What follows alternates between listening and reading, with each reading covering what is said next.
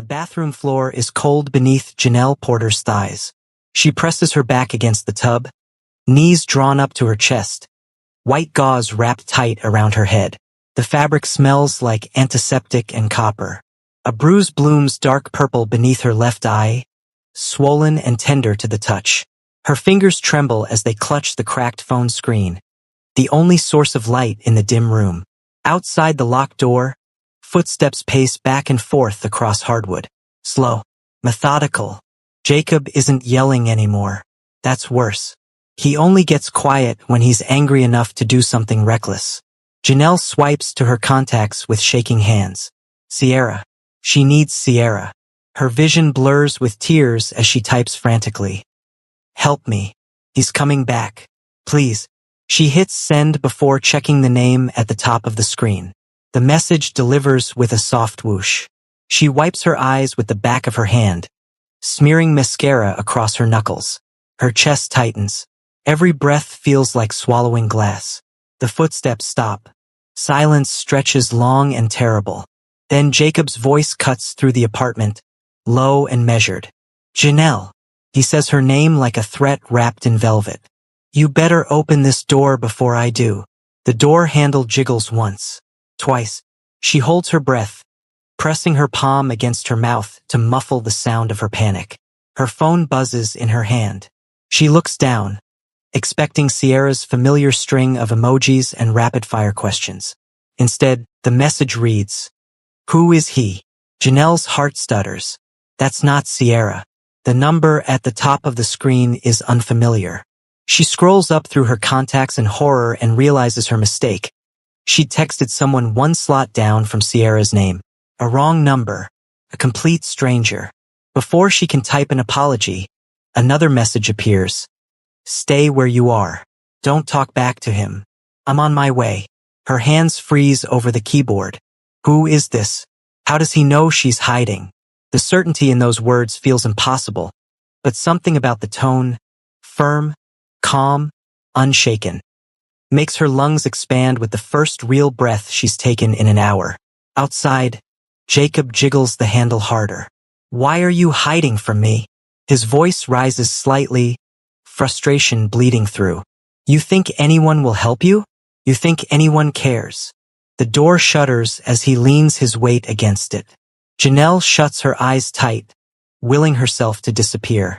Her phone buzzes again. She looks down through blurred vision. I need your address. Right now. She types with trembling fingers. Maple Ridge Apartments. Unit 3B. Back stairwell. The reply comes in seconds. Don't worry. I'll handle it. She doesn't know what that means. She doesn't know who he is. But the words settle over her like a blanket she didn't know she needed. The bathroom door shudders violently as Jacob throws his shoulder against it. The hinges groan but hold. Open this door, Janelle. His voice cracks with anger now, losing the careful control. She presses herself harder against the tub, phone clutched to her chest. Her screen lights up one more time. I'm already here. Janelle's breath catches in her throat. Already here? That's impossible. She sent the address less than a minute ago. How could anyone? A loud crash echoes through the apartment. Not the bathroom door. The apartment entrance. Wood splintering. Metal scraping. Jacob spins away from the bathroom, his footsteps retreating rapidly. Who they? His voice pitches higher, confusion replacing rage. Janelle's ears ring with the sudden silence that follows. No more pacing. No more threats. Just the faint sound of expensive leather shoes moving across her living room floor with absolute confidence. A voice speaks from the other side of the bathroom door. Deep, steady, controlled. Step away from the door. The accent is subtle, Korean perhaps, but the English is perfect. Janelle has never heard this voice before. She doesn't know who it belongs to, but something in her chest unclenches at the sound of it. There's no anger in the tone. No urgency, just absolute certainty. Jacob mutters something incoherent.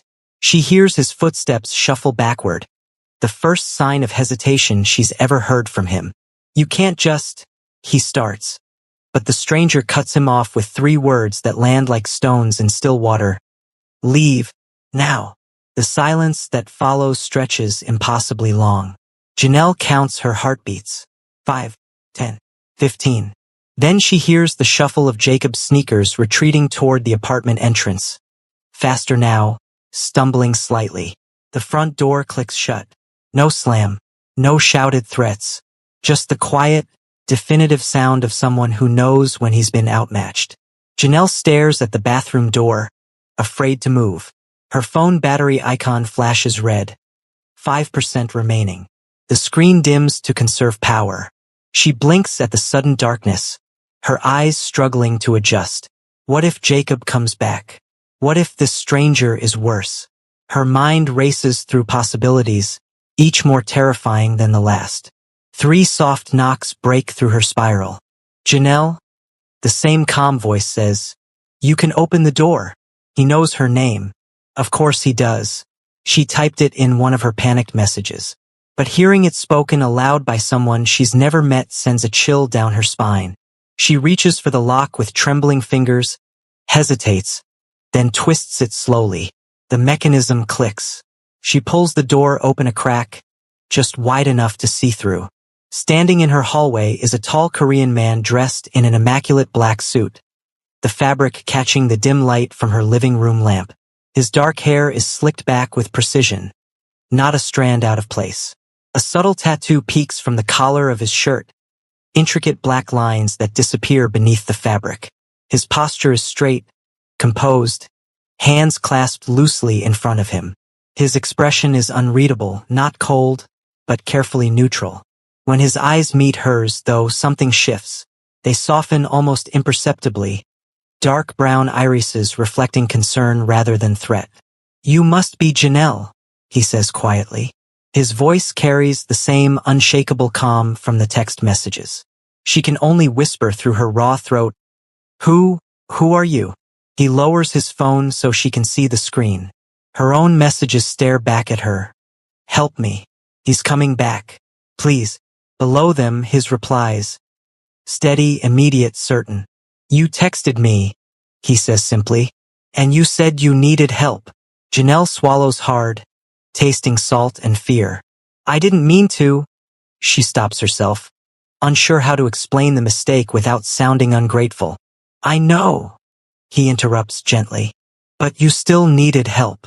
That's it. No drama. No demand for explanation. Just fact." The safety she feels isn't because he stormed in like a movie hero. He simply stands there like someone who doesn't need to prove anything. She stares past him at the open apartment door. The hallway beyond is empty, fluorescent lights humming faintly. "Where did he go?" she whispers, half afraid the answer will make Jacob materialize again. "I advised him to leave," the stranger answers simply. "He listened." She blinks at the understatement. Jacob has never listened to anyone. He's 6'2", built like he still plays college football, and uses his size to intimidate. Yet somehow this man calm, composed, not even physically imposing in an obvious way, made him flee. Why would he listen to you? The question sounds childish the moment it leaves her mouth. But she needs to understand. His eyes flick to the gauze wrapped around her head, then to the bruise darkening beneath her eye. When he speaks again, his voice drops even lower, more intimate. Because some men respond only to someone who doesn't fear them. He pauses, letting the words settle. "And I don't fear him." Janelle's knees buckle slightly.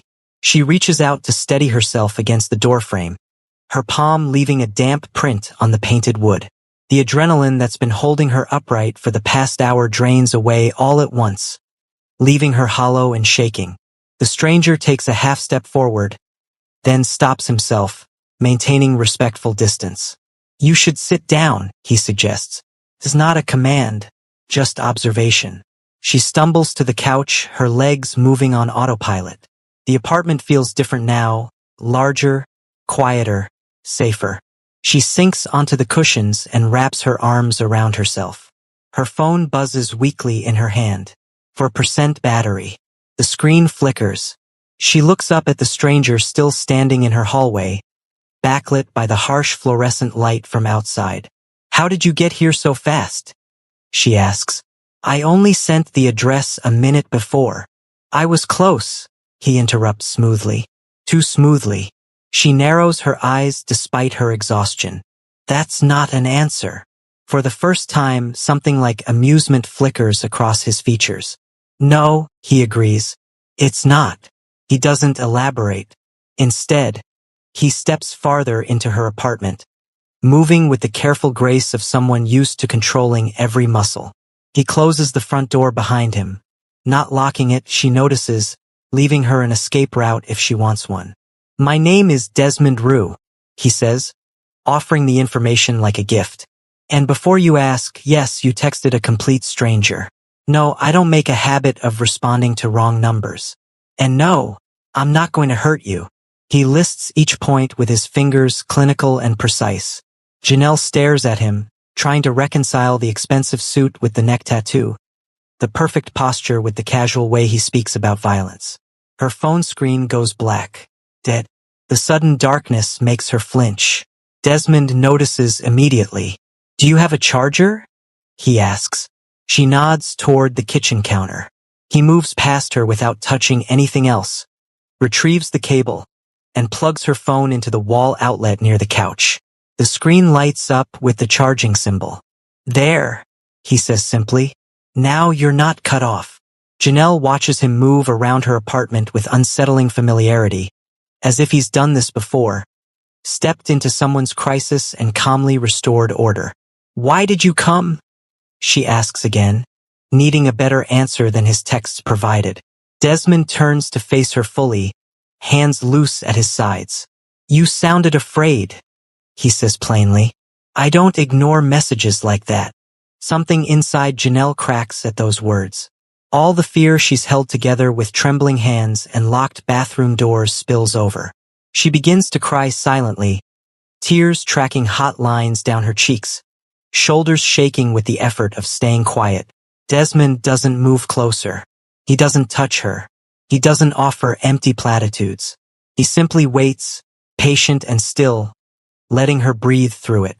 When she lifts her head again, her vision swimming, he asks gently, "And now, what would you like me to do?" The question catches her off guard. No one has asked her what she wants in months. Jacob decided everything, where they went, who she saw when she could leave. Even her friends had stopped asking, worn down by her excuses and cancellations. But this stranger, this Desmond Rue who appeared out of nowhere, stands in her living room and asks her to choose. A sound echoes from outside, footsteps in the hallway, growing louder. Janelle's breath stops. Her eyes snap to the door. Desmond follows her gaze, his expression shifting from neutral to alert in half a second. "Stay here," he says quietly, already moving toward the entrance. His hand reaches for something inside his jacket. Janelle's heart hammers against her ribs. Is Jacob back? Did he bring someone? The footsteps pass by her door without slowing. A neighbor. Just a neighbor coming home late. Desmond relaxes fractionally, his hand emerging empty from his jacket. But Janelle saw the shape of what he'd been reaching for, hard, angular, unmistakable. "You have a gun," she whispers. It's not a question. Desmond turns back to her, his expression unreadable once more. "Yes," he confirms, offering no justification. The single word hangs in the air between them, heavy with implications she's not ready to examine.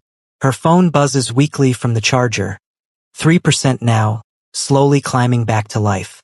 Desmond crosses the room with measured steps, his expensive shoes making almost no sound on her worn carpet. He stops near the window, pulling the curtain aside just enough to peer into the parking lot below. His eyes scan methodically, left to right, cataloging every shadow and movement.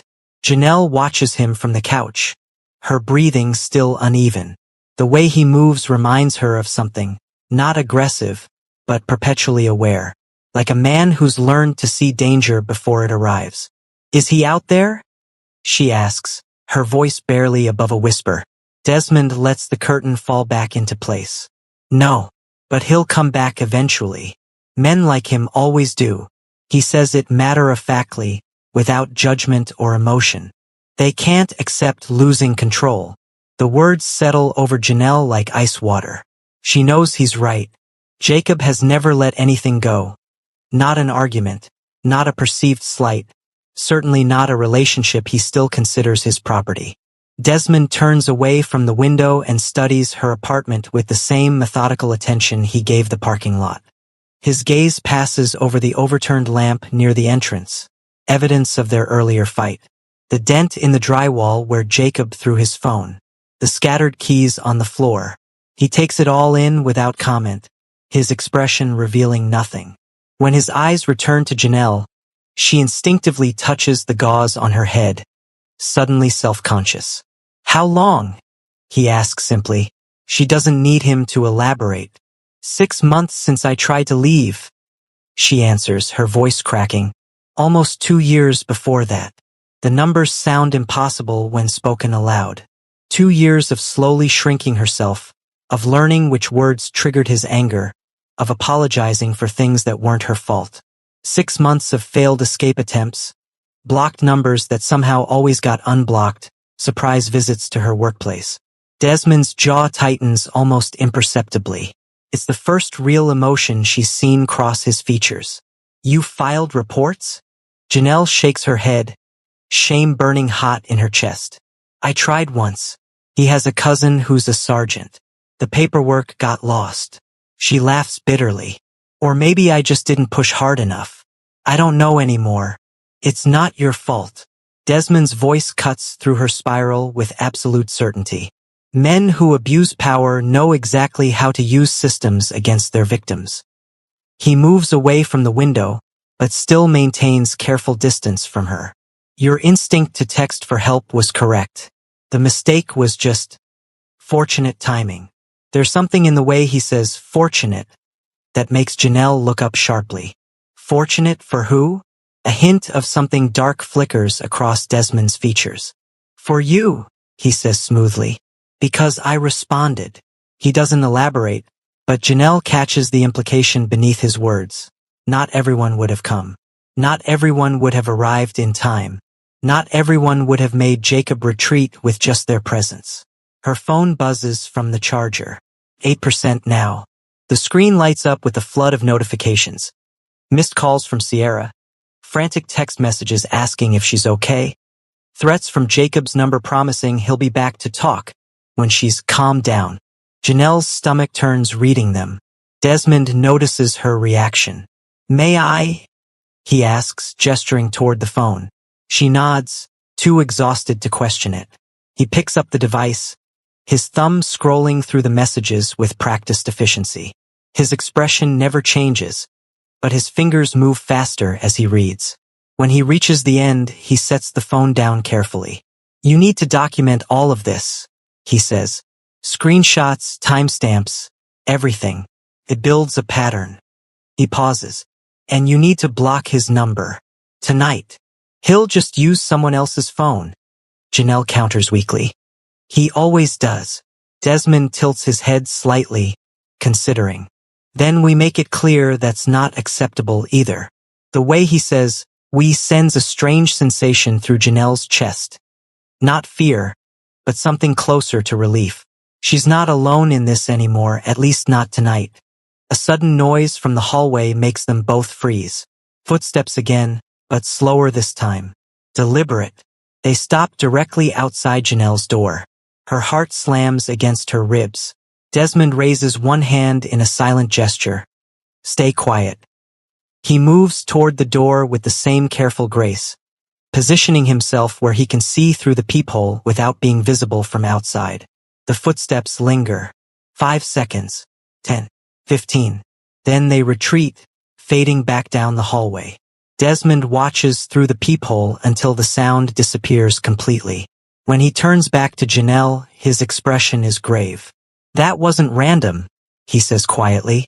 Someone was checking to see if anyone was home. Janelle's mouth goes dry. Jacob. Desmond shakes his head slightly. Maybe. Or someone he sent.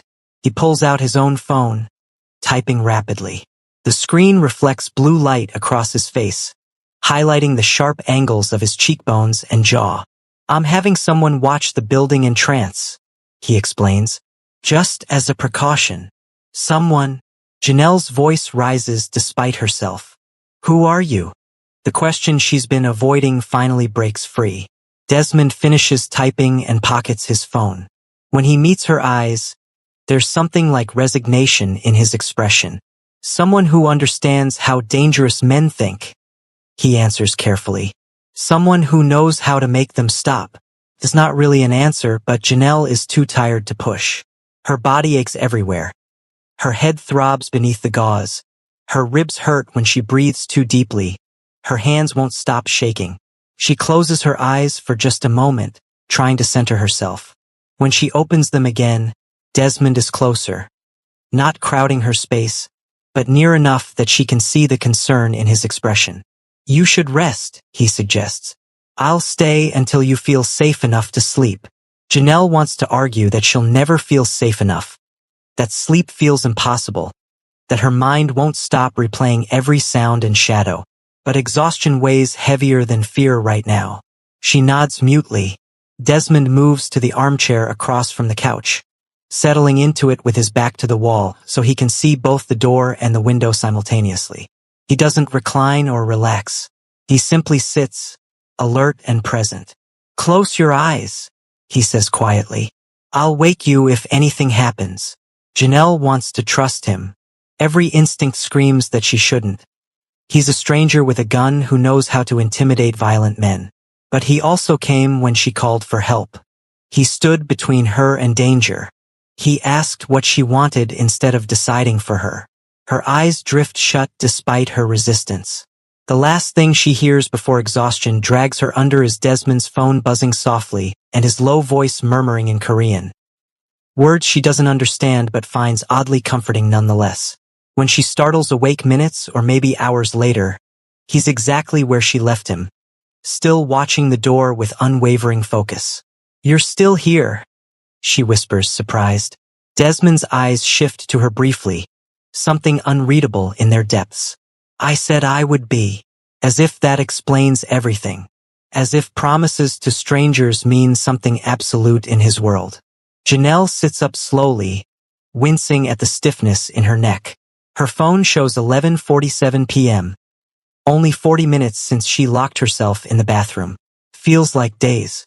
Desmond notices her checking the time. Your friend Sierra has called 6 more times, he reports.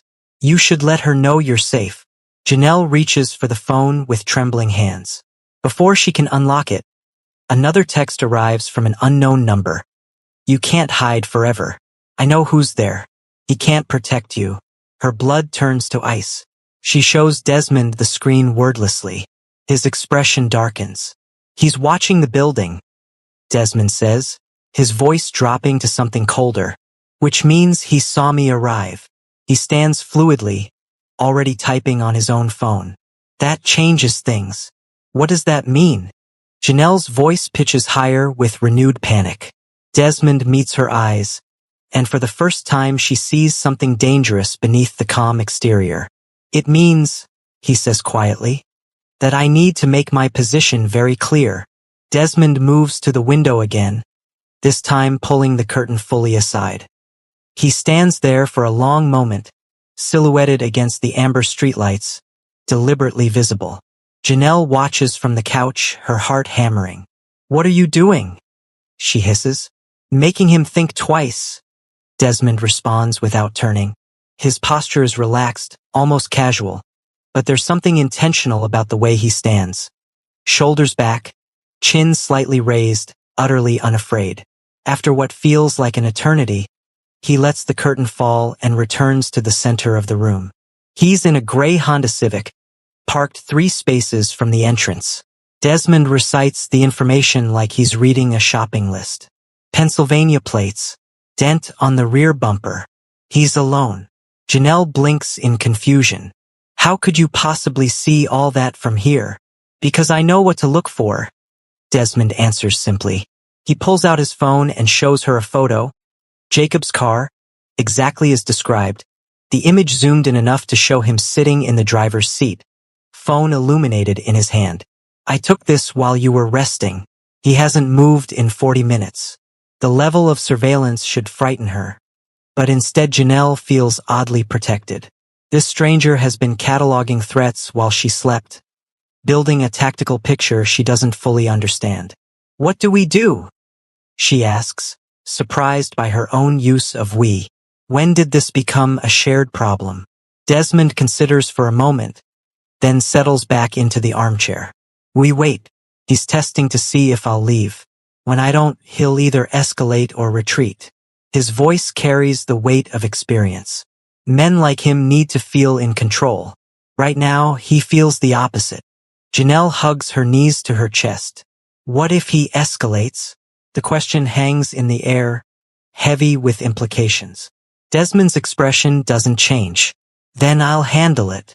3 words, delivered with absolute certainty. Janelle wants to ask what handle means, but part of her doesn't want to know. Her phone buzzes. Another message from Jacob's number. Tell your friend to leave. This is between us. Janelle shows it to Desmond.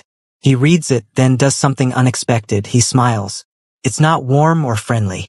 It's the smile of someone who's just been handed an advantage. Good, he says, confusing her further. He's trying to negotiate. That means he's uncertain.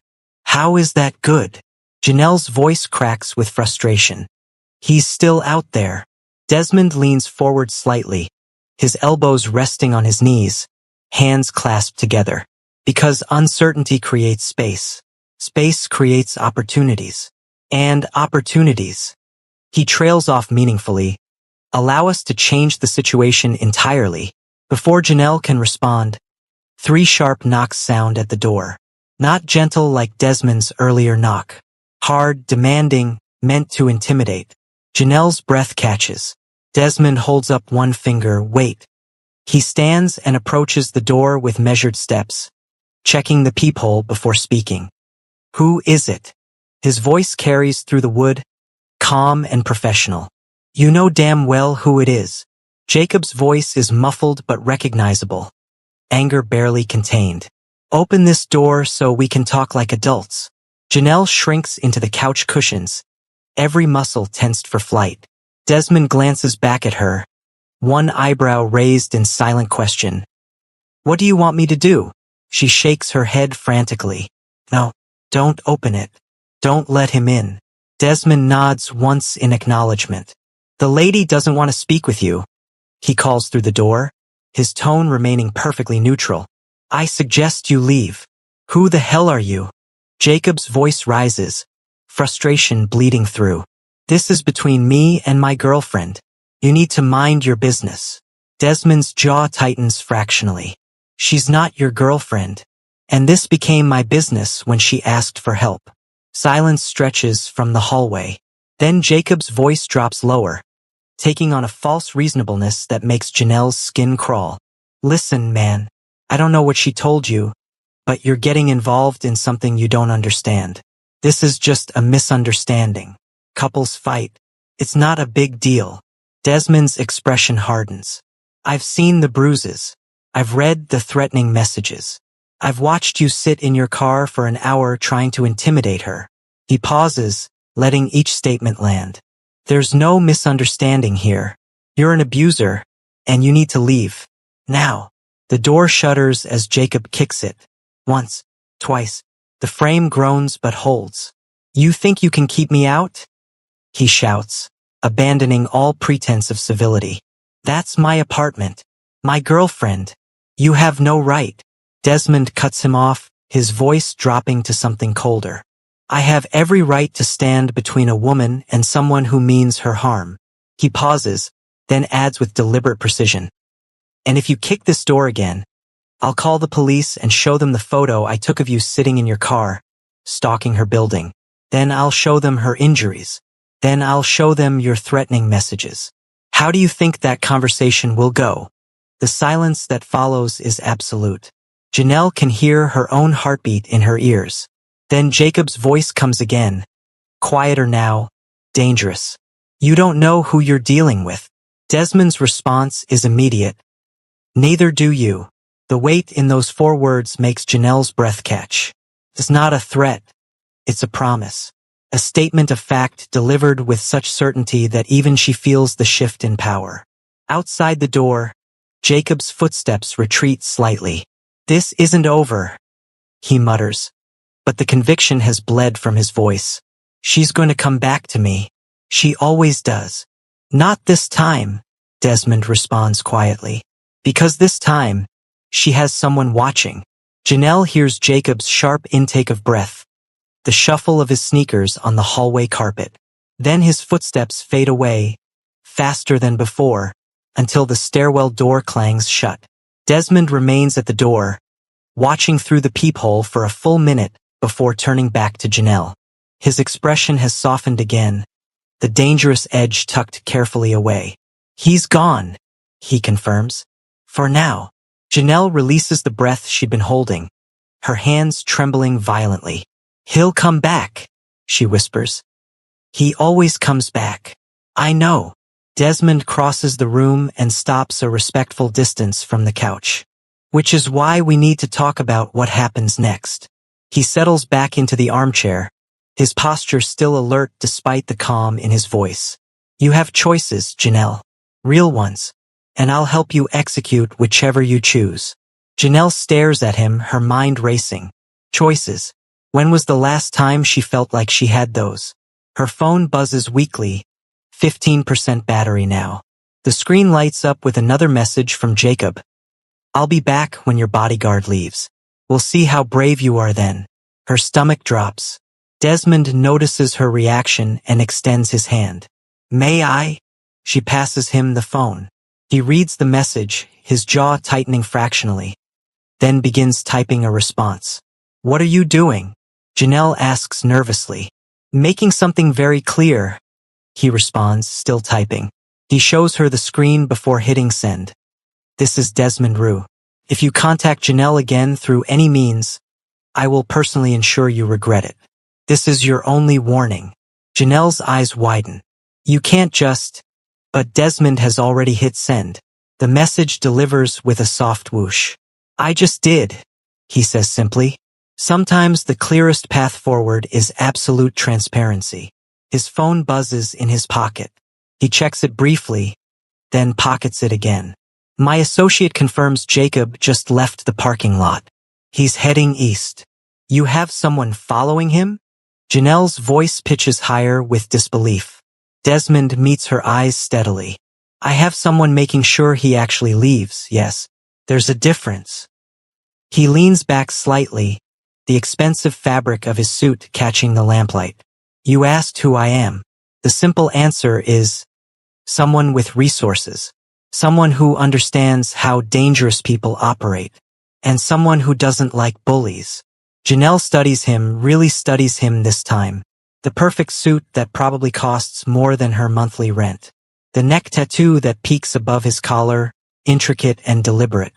The way he moves through space like he owns it.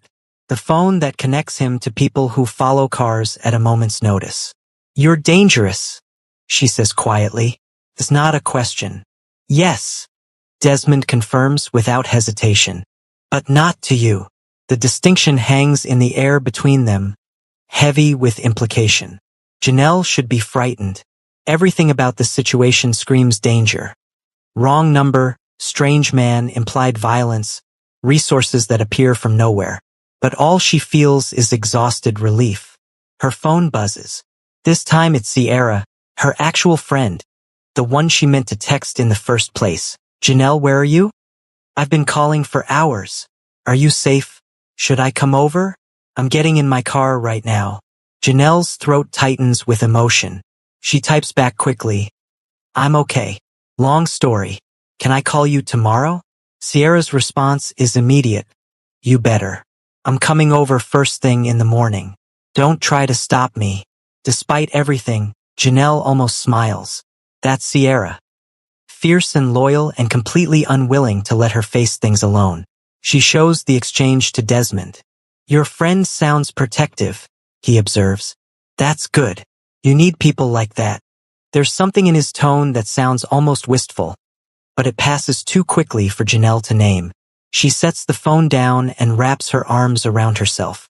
The adrenaline that's kept her upright is finally draining away, leaving her hollow and shaking. I don't understand why you're helping me, she admits quietly. You don't know me. This isn't your problem. Desmond is silent for a long moment, his dark eyes distant. When he speaks, his voice is softer than before. I had a sister, he says carefully. She sent messages for help too. But the person she texted. He trails off, jaw working. He didn't come. By the time someone found her, it was too late. Janelle's breath catches. I'm sorry. The words feel inadequate, but Desmond shakes his head. Don't be sorry. Just understand, when I saw your message, I saw her. I saw every woman who's ever been trapped and afraid and convinced no one would help. He meets her eyes directly. So yes, I came. And I'll keep coming if you need me to. The rawness in his admission breaks something loose in Janelle's chest. She understands now this isn't about her specifically. It's about his sister. About all the women who slip through cracks in systems designed to protect them. About the guilt of surviving when someone you loved didn't. What was her name? She asks softly. Minji. Desmond's voice barely rises above a whisper. She was 23. He doesn't elaborate, and Janelle doesn't push. Some wounds are too deep to probe. They sit in heavy silence. Two strangers connected by accidents of timing and tragedy. Outside, the city continues its late-night rhythm. Distant sirens, car horns, the hum of traffic. Janelle's phone buzzes one final time. The screen shows a new message from Jacob. Fine, you win. But this isn't over. She shows it to Desmond. He reads it without expression, then stands fluidly. He's retreating for now, he says, which means we have time to put proper protections in place. What kind of protections? Janelle asks warily. Desmond moves to the window, checking the parking lot one more time before responding. Documentation, legal barriers, people who will respond if he violates those barriers. He turns back to her. You'll need to file a police report in the morning. I know an officer who will take it seriously. Then we'll get you a restraining order that actually gets enforced. You know an officer? Janelle's voice carries equal parts hope and skepticism. Jacob's cousin is a sergeant. He'll just make it disappear again. Desmond's expression hardens. Not if it goes through the right channels. Not if there's documentation that can't be buried. And not if someone with influence is paying attention. Janelle wants to believe him.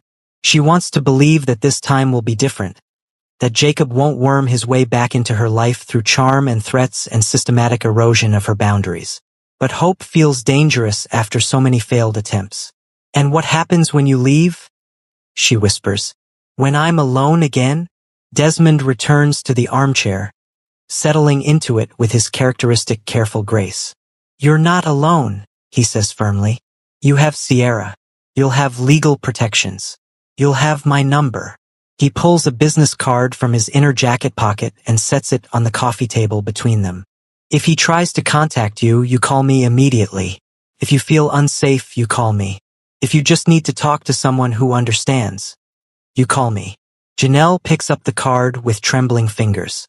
It's simple, expensive cardstock with just a name, Desmond Rue, and a phone number. No company name. No title. What do you do? She asks, studying the sparse information.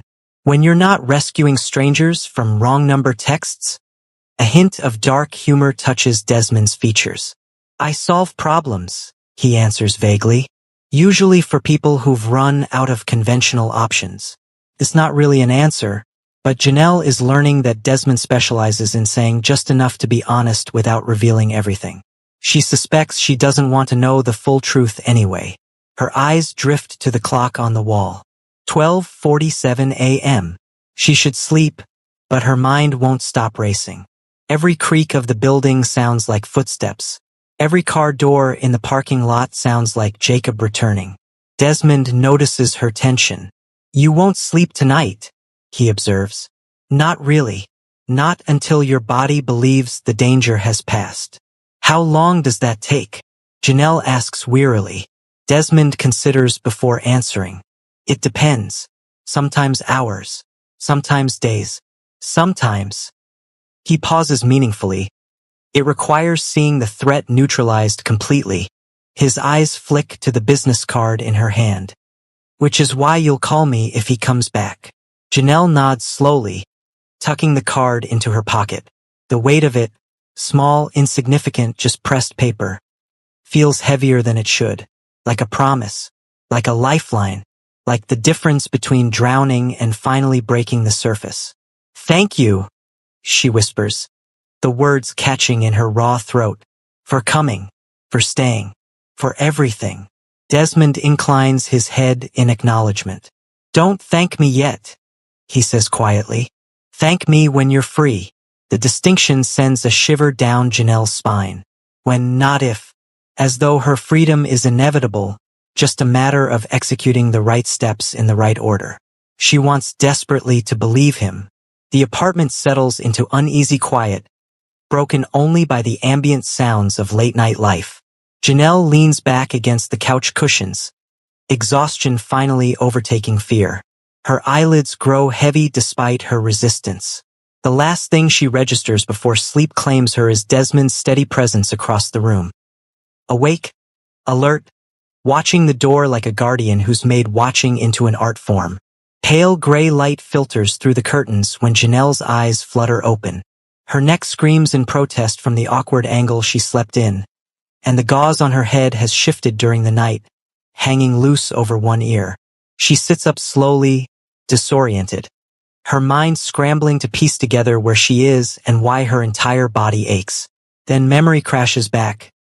Jacob, the bathroom, the text message, Desmond. She looks toward the armchair. It's empty. Panic spikes through her chest until she hears water running in the kitchen. Desmond emerges a moment later carrying 2 mugs, his suit jacket draped over the chair back, his white shirt sleeves rolled to his elbows. The neck tattoo is more visible now, intricate designs that snake up toward his jaw, some kind of serpent or dragon, the lines precise and deliberate. Coffee, he says simply, setting 1 mug on the table within her reach. Black, because I didn't know what you take, and I didn't want to presume. Janelle accepts it with trembling hands, the ceramic warm against her palms. She takes a sip, strong, slightly bitter, exactly what she needs. You stayed all night, she observes, her voice rough with sleep. I said I would. Desmond settles back into the armchair with his own coffee, his posture still alert despite the obvious exhaustion around his eyes. Nothing happened. Jacob didn't return. Your friend Sierra texted at 6 a.m. asking if you were awake. I didn't respond. Figured you should handle that yourself. Janelle checks her phone. 17% battery. 7 missed messages from Sierra, each more concerned than the last. She types quickly. I'm okay. Still at home. Come over around 9? The response is immediate. On my way now. Don't try to stop me. Janelle almost laughs. That's so perfectly Sierra. Concern wrapped in bossy determination. She looks up to find Desmond watching her with an unreadable expression. Your friend will have questions, he says carefully. About me. About last night. You should decide what you want to tell her. It's not a request for secrecy.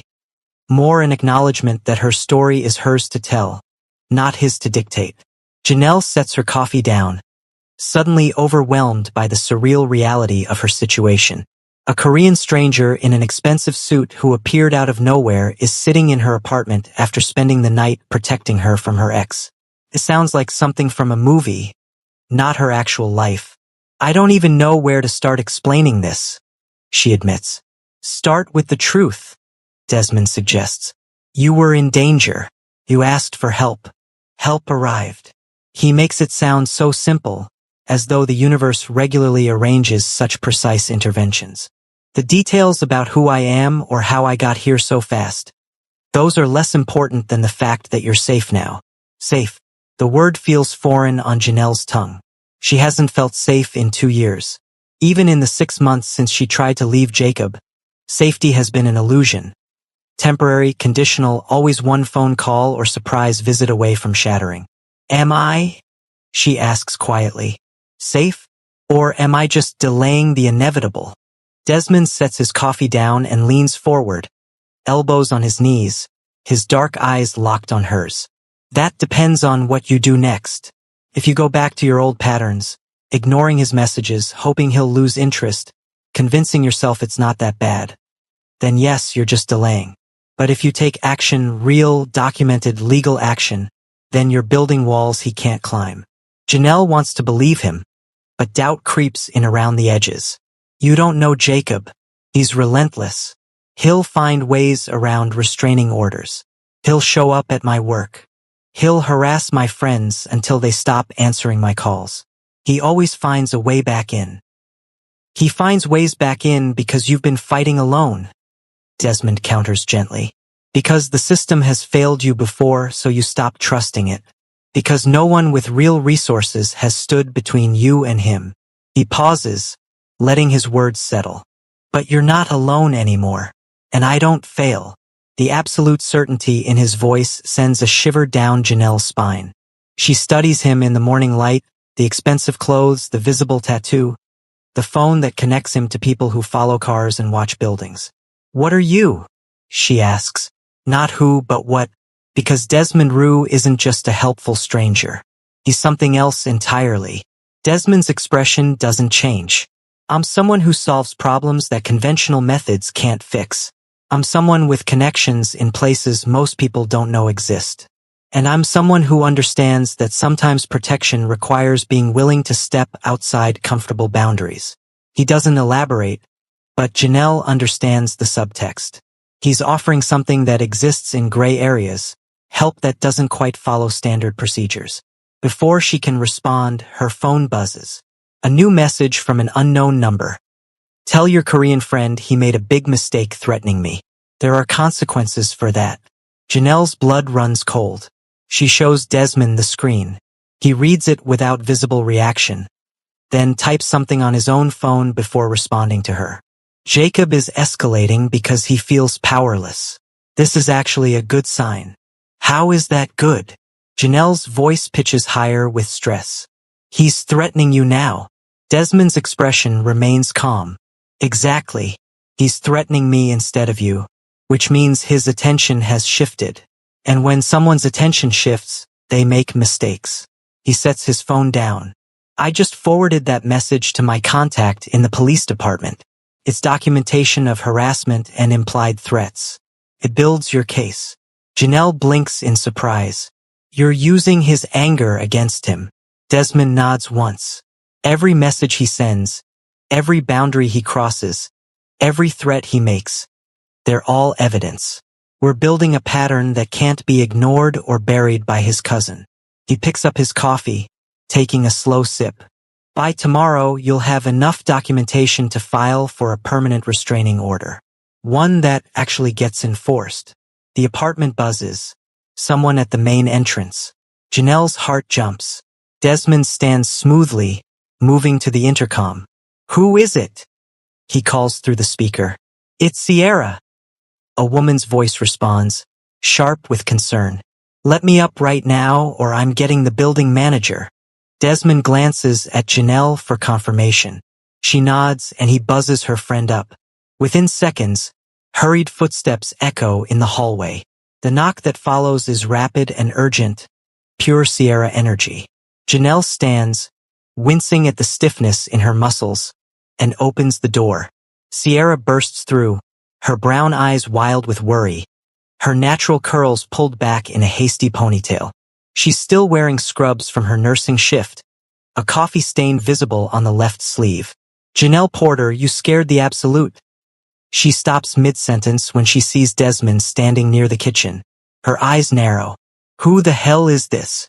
Janelle closes the door quickly. This is Desmond. He's the reason I'm okay.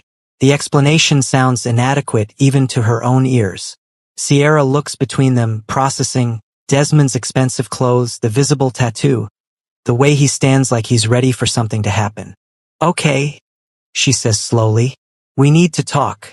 Now. Desmond inclines his head respectfully. I'll give you privacy. I need to make some calls anyway. He collects his suit jacket from the chair, sliding it on with practiced ease. I'll be in the hallway if you need me. He moves toward the door, but Sierra blocks his path, her 5'3" frame radiating protective fury. Wait, before you go anywhere. Did you hurt her? Sierra demands, her voice dropping to something dangerous. Because if you did, I don't care how expensive your suit is or how many tattoos you have. I will end you. Desmond's expression softens fractionally. I didn't hurt her. I responded when she needed help. That's all. Sierra studies him for a long moment, her nurse's instinct for reading people working overtime. Finally, she steps aside. Fine, but I'm watching you. Desmond nods once, accepting her terms, then slips out into the hallway. The door closes behind him with a soft click. The moment he's gone, Sierra spins on Janelle. Start talking. What happened? Why is there a gorgeous Korean man in a designer suit standing guard in your apartment at 8 in the morning? And her voice cracks. Oh God, your head. Did Jacob do that? Janelle sinks back onto the couch, suddenly exhausted again. It's a long story. Sierra sits beside her, taking Janelle's hands in her own. I have all day. Tell me everything. So Janelle does. She tells her about the fight with Jacob, about hiding in the bathroom, about the wrong number text that changed everything. She tells her about Desmond's arrival, about how he made Jacob leave without violence, about his offer to help with documentation and legal protection. Sierra listens without interrupting, her expression cycling through horror, relief, and deep concern. When Janelle finishes, Sierra is quiet for a long moment. Okay, she finally says.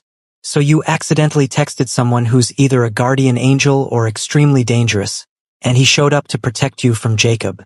Do I have that right? More or less? Janelle confirms weakly. Sierra squeezes her hands tighter. And you trust him? This Desmond. Janelle thinks about the question carefully. Does she trust him? She doesn't know him. She doesn't know what he does or who he really is. But she knows he came when she called. She knows he stood between her and danger. She knows he asked what she wanted instead of deciding for her. I trust that he won't hurt me, Janelle answers slowly. I trust that he wants to help. Beyond that, she trails off, unsure how to articulate the complex mixture of gratitude and wariness she feels. Sierra nods, understanding even what Janelle can't say. Okay, then we accept his help, but carefully. And you're staying with me for a few days. I don't care if Jacob's gone. You're not staying here alone. Relief washes through Janelle. She hadn't wanted to ask, hadn't wanted to impose, but the thought of staying in this apartment alone terrifies her. Thank you, she whispers. Sierra pulls her into a fierce hug, careful of her injuries. That's what friends are for, she murmurs. That's what I should have done 6 months ago when you first tried to leave.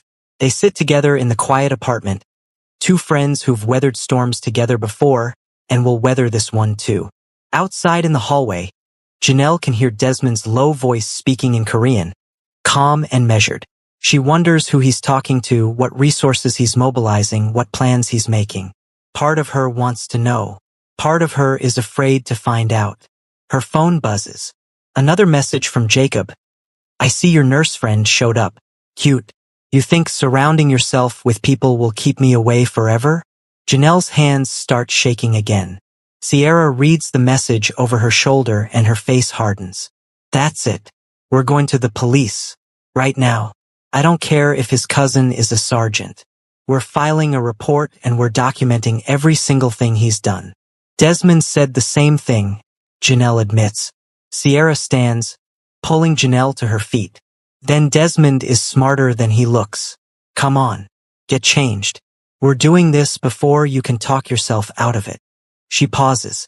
And your mysterious bodyguard is coming with us. Because honestly, I feel safer with him around and I don't even know him. Janelle almost laughs at the absurdity of it all. 24 hours ago, she was convinced she'd never escape Jacob's orbit. Now she has a best friend demanding immediate action and a stranger with dangerous eyes offering protection. It's surreal and terrifying, and somehow the first real hope she's felt in 2 years. She changes quickly into clean clothes, wincing as she peels off the gauze to reveal the tender wound beneath. Not as bad as it felt last night.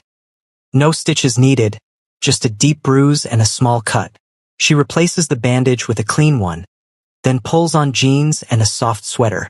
When she emerges, Sierra is talking quietly with Desmond by the door, their conversation too low to hear. Both turn when she approaches. Desmond's eyes scan her quickly, cataloging her state. "You're ready?" he asks. Janelle nods, squaring her shoulders. "I'm ready." For the first time in longer than she can remember, she actually means it. The police station smells like industrial cleaner and burnt coffee. Fluorescent lights hum overhead, casting everything in harsh white light that makes Janelle's head ache. She sits in an uncomfortable plastic chair, Sierra on her left, Desmond standing slightly behind them both like a silent sentinel. The officer across the desk, Detective Laura Chun, according to the nameplate, types methodically on her keyboard, her expression neutral but attentive. "And you're certain he has no legal right to be in your apartment?" Detective Chun asks for the third time. Her tone isn't accusatory, just thorough. Janelle nods, keeping her voice steady. "We broke up 6 months ago. I changed the locks. He has no key and no permission to enter." She pulls out her phone, showing the string of threatening messages. "He's been harassing me ever since." Detective Chun leans forward, reading through the messages with professional focus. Her jaw tightens fractionally. "These constitute harassment and stalking under state law," she says quietly, combined with the physical evidence of assault. Her eyes flick to Janelle's bandaged head. "We have grounds for immediate intervention." She types more notes, then looks up at Desmond. "And you are?" "A friend," Desmond answers smoothly. "I happened to be nearby when Janelle needed help." The lie is delivered with such calm certainty that it sounds like truth. Detective Chen's eyes narrow slightly. She's clearly not fooled, but she doesn't push. "This friend who happened to be nearby. Did you witness the assault?" "I witnessed the aftermath," Desmond clarifies. "And I witnessed the defendant attempting to force entry to her apartment while making verbal threats." He pulls out his phone, showing Chun the photo he took of Jacob's car. "I also documented him conducting surveillance on her building for over an hour." Chun studies the photo, then makes more notes. "That's good documentation. Very thorough." There's a question in her tone that she doesn't quite ask. How did a civilian have the presence of mind to gather this evidence so efficiently? Desmond simply nods, offering no explanation. "There's something else you should know," Desmond adds carefully. "The defendant has family connections within the police department. A cousin who's a sergeant. Janelle attempted to file a report 6 months ago, and it was never processed." He says it diplomatically, but the implication hangs heavy in the air. Chen's expression hardens. "I see. And do you know which sergeant?" Desmond glances at Janelle, who swallows hard before answering. "Marcus Henderson. He works in the 4th precinct." Chen's fingers pause over her keyboard. Something shifts in her face. Recognition, perhaps frustration. "I'm familiar with Sergeant Henderson," she says neutrally. "I can assure you this report will not be misplaced." She turns back to her computer, typing rapidly. The clicking of keys fills the uncomfortable silence. Sierra squeezes Janelle's hand under the desk. Finally, Chun swivels her monitor so Janelle can see. "This is a temporary restraining order. It prohibits Jacob Henderson from contacting you through any means, approaching within 500 feet of your residence or workplace, or attempting to communicate through third parties. Violation carries immediate arrest." Janelle reads through the text, hardly daring to believe it's real. "How long does it last?" Chun clicks through several screens. "This temporary order is effective immediately and lasts for 14 days. During that time, we'll schedule a hearing for a permanent restraining order. Given the evidence you've provided, physical injuries, documented threats, photographic evidence of stalking, I'm confident the judge will grant the permanent order. What if he violates it? Sierra asks, her voice sharp with protective concern. What if he shows up anyway? Chen's expression is grim but determined. Then he gets arrested. No warnings, no second chances. And if Sergeant Henderson tries to interfere, he'll find himself under internal affairs investigation. She looks directly at Janelle. I can't undo what happened to your first report, but I can promise you this one won't disappear. Janelle feels something crack open in her chest. Not quite hope, but close. Thank you, she whispers. Chen's expression softens fractionally. Don't thank me yet. Thank me when you're safe. The echo of Desmond's words from last night sends a shiver down Janelle's spine. She glances back at him, finding his dark eyes already watching her with unreadable intensity. Chun prints several copies of the restraining order, sliding them across the desk. Keep one with you at all times. Give copies to your workplace, your building manager, anyone who might need to enforce it. She pauses. And if he contacts you even once, you call me directly. She writes a phone number on the back of her business card. That's my cell. Day or night. Janelle accepts the card with trembling hands, tucking it carefully into her wallet next to Desmond's minimalist card. 2 lifelines now, 2 people who've promised to answer when she calls. Feels surreal. Chun turns her attention to her computer again, pulling up a new file. There's something else you should know about Jacob Henderson. The shift in her tone makes everyone lean forward slightly. Chen's fingers navigate through what looks like police records, her expression growing darker. He has a history. Nothing that resulted in charges, but multiple reports from previous partners. 3 women over the past 5 years, all describing similar patterns: initial charm, gradual isolation, escalating control, eventual violence. Janelle's stomach drops. 3. Her voice comes out strangled. There were 3 others before me? Chun nods grimly. And those are just the ones who filed reports. There are likely more who didn't. She clicks through more screens. 2 of those reports were filed through the 4th precinct. Both were dismissed as domestic disputes that didn't warrant intervention. Let me guess, Desmond says quietly from behind them. Sergeant Marcus Henderson handled those reports. Chen's silence is answer enough. The pieces click together in Janelle's mind with horrifying clarity. Jacob's cousin hasn't just been covering for him. He's been systematically burying evidence, protecting a serial abuser, enabling the pattern to continue. Sierra's grip on Janelle's hand tightens almost painfully. That's conspiracy, she hisses. That's criminal. Chen's expression remains carefully neutral. That's an ongoing internal investigation that I'm not at liberty to discuss. But her eyes say what her words can't. Yes, and we're building a case. Janelle feels dizzy with the weight of it all. She wasn't paranoid. She wasn't overreacting. She was right to be afraid, right to feel trapped, right to believe the system had failed her. The other women, she asks quietly, are they okay? Chen's pause before answering tells Janelle everything. 2 relocated out of state. 1 is currently in a women's shelter in Philadelphia. The unspoken 4th outcome, what happened to Minji, hangs heavy in the air. Desmond's hand rests briefly on the back of Janelle's chair, not touching her, just a reminder of his presence. Which is why this stops now, he says quietly. Why this report gets filed correctly. Why the restraining order gets enforced. Why Sergeant Henderson's interference gets documented and investigated. Chen nods once, sharp and determined. Agreed. She prints several more documents, adding them to Janelle's growing file. I'm also flagging your address in our system. If any calls come in from your location, responding officers will be briefed on the situation and the restraining order. They'll know to take immediate action. Janelle stares at the stack of papers in front of her. Official documentation of her nightmare, transformed into something the system can finally address. What happens if he still comes back? She asks, voicing the fear that's been gnawing at her since last night. What if paperwork isn't enough? Chen's expression is serious but honest. Then you call me, and I'll send officers immediately. But Janelle, she leans forward, her voice dropping. You need to understand that restraining orders are deterrents, not force fields. They work because most people fear consequences. But if Jacob is willing to risk arrest, she trails off meaningfully.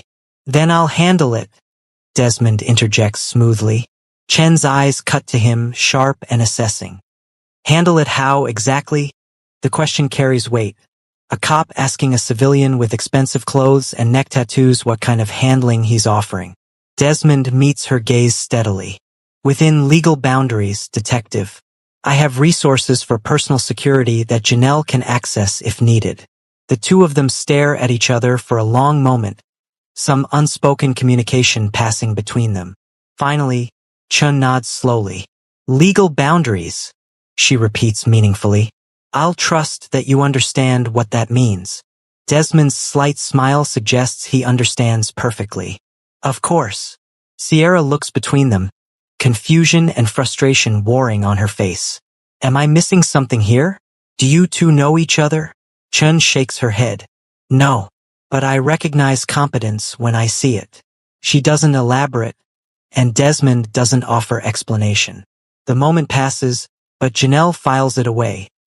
Another piece of the puzzle that is Desmond Rue. Chun stands, extending her hand to Janelle. You did the right thing coming in. I know it took courage. Janelle shakes her hand, surprised by the firmness of the grip.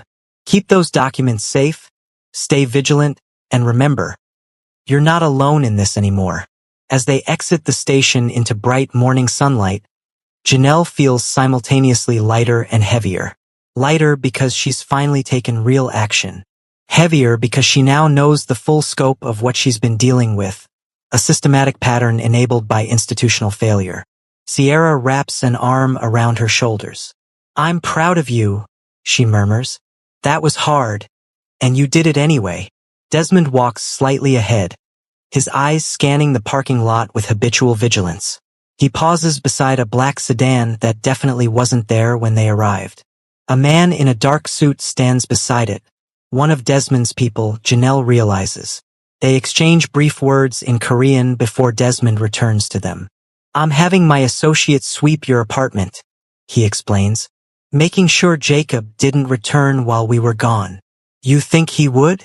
Janelle's voice pitches higher with renewed anxiety. Desmond's expression is apologetic but realistic. I think desperate people do desperate things. Better to confirm safety than assume it. His phone buzzes. He checks it, then nods once. Building is clear. Jacob hasn't been back. They drive back to Janelle's apartment in Sierra's slightly battered Honda, Desmond following in the black sedan. Janelle watches him in the side mirror, maintaining careful distance, always aware. Okay, Sierra says, breaking the silence. I need you to explain to me who exactly Desmond Rue is, because that man is not just a friend who happened to be nearby. Janelle sighs, leaning her head against the cool window. I don't know exactly. Someone with money. Someone with connections. Someone who... She trails off, searching for words. Someone who knows how to navigate dangerous situations. Sierra snorts. That's one way to describe someone who clearly has ties to organized crime. You think he's... Janelle can't finish the sentence. Sierra glances at her, sympathy in her eyes. Babe, the expensive suit, the neck tattoo, the people who appear when he calls, the way Detective Chun looked at him? Yeah. I think he's involved in something. Maybe not illegal, but definitely not conventional. She pauses. The question is, does that matter to you? Janelle thinks about it carefully. Does it matter? Desmond came when she called. He protected her without asking for anything in return. He's helping her navigate systems that have failed her before. Whatever else he might be, he's been nothing but respectful and supportive to her. No, she finally answers. It doesn't matter. Not right now. Back at the apartment, Sierra helps Janelle pack an overnight bag while Desmond checks every window and door, ensuring they're secure. The normalcy of folding clothes and gathering toiletries feels surreal against the backdrop of restraining orders and surveillance photos. Janelle is tucking her phone charger into the bag when Sierra's phone buzzes. She checks it and her face pales. Janelle. The tone makes Janelle's stomach drop. What? Sierra turns her phone around, showing a text from her own boyfriend Marcus. Different Marcus, not Jacob's cousin. The message reads, "Your friend should tell her bodyguard to back off. Word's getting around, and people are asking questions. This could get messy." Janelle looks to Desmond, who's already crossing the room to read the message. His expression darkens.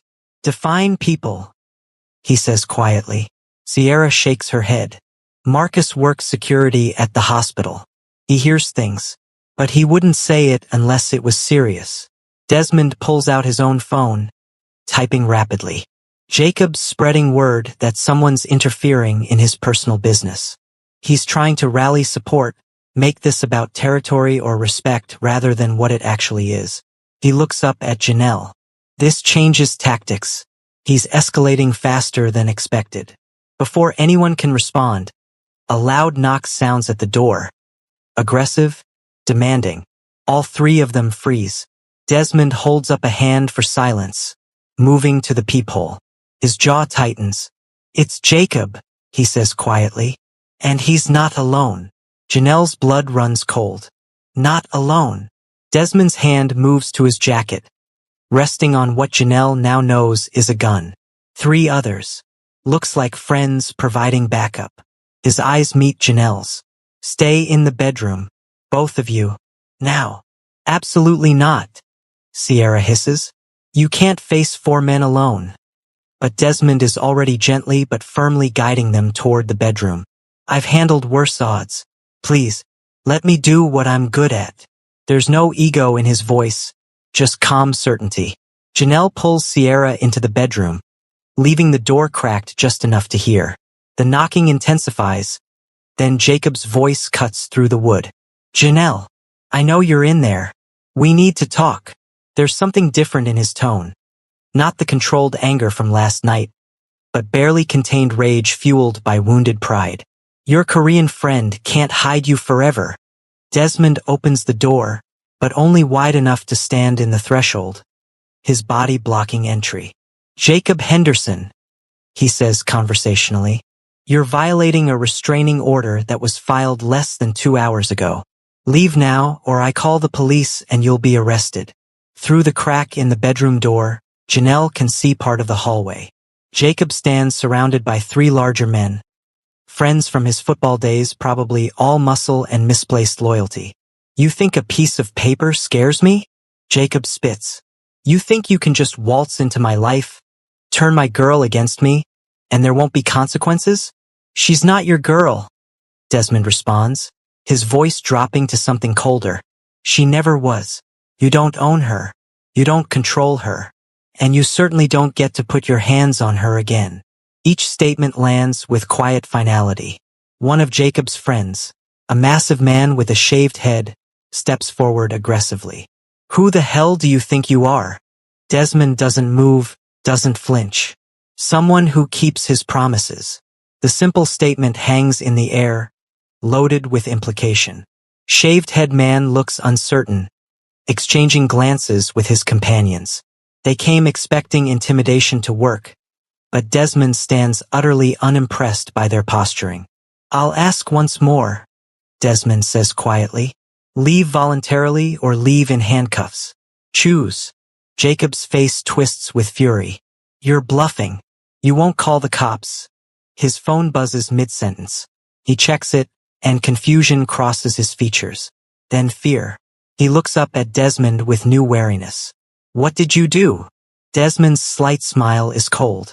"I texted Detective Chun your current location and informed her you were violating the restraining order with witnesses present. She's dispatching officers now. They should arrive in approximately." He glances at his watch. 3 minutes. The hallway goes silent. Jacob's friends exchange looks. They signed up to intimidate, not to be present for an arrest. Shaved head man backs up first. "Man, I didn't know about any restraining order. I'm out." The other 2 follow quickly, muttering apologies as they retreat toward the stairs. Jacob stands alone now, his bravado crumbling. "You don't know what you've done," he says, his voice shaking with impotent rage. You think you can protect her? I'll always find a way back. Always. Desmond's expression doesn't change. No, you won't. Because every time you try, the consequences will escalate. This time, it's arrest. Next time, he lets the question hang, unfinished but clearly threatening. Distant sirens cut through the tension. Jacob's eyes widen. He looks at Desmond one more time, then turns and runs toward the stairs, his footsteps echoing his retreat. Desmond watches him go, then pulls out his phone. Detective Chan? He fled when he heard sirens, heading east through the back parking lot. 3 witnesses ran when they realized there was a restraining order. They're likely in a gray pickup truck. He listens for a moment, then nods. Understood. Thank you. He ends the call and turns back to the apartment, where Janelle and Sierra have emerged from the bedroom. They'll pick him up within the hour, he reports calmly, as though calling police on armed groups is routine. When they do, it'll be a clear violation of the restraining order. He'll spend at least tonight in lockup. Janelle sinks onto the couch, her legs unable to support her anymore. He brought backup. He actually brought 3 men to intimidate you. The reality of how dangerous the situation could have become crashes over her. Sierra sits beside her, wrapping an arm around her shoulders. But Desmond handled it, without violence, without anyone getting hurt. Desmond holsters his phone, his posture finally relaxing slightly. Men like Jacob rely on intimidation. When it doesn't work, they have nothing left. He moves to the window, checking the parking lot once more. But he's right about one thing, he'll try again eventually. Which is why we need to make sure you have protections in place for the long term. Like what? Janelle asks wearily. Desmond turns back to face them. Like a better security system for your apartment. Like self-defense training so you feel more confident. Like ensuring your workplace knows about the restraining order and has protocols for if he shows up. He pauses. And like having my number on speed dial, in case legal protections aren't enough. The building's main entrance opens below, and uniformed officers enter, moving with purpose. Desmond watches them sweep the area, then nods in satisfaction. They'll take statements from your neighbors, document the violation, put out a warrant. He looks at Janelle directly. By tonight, Jacob Henderson will be in custody. And when he gets out, if he gets out, he'll think very carefully before approaching you again. Janelle wants to believe him. She wants to believe this nightmare is almost over. But fear has lived in her chest for so long that hope feels dangerous. What if the judge doesn't keep him? Desmond's expression softens fractionally. Then we adapt. But Janelle, he crosses the room, crouching slightly so they're eye level, maintaining respectful distance. You need to understand something. You're not the same person you were yesterday.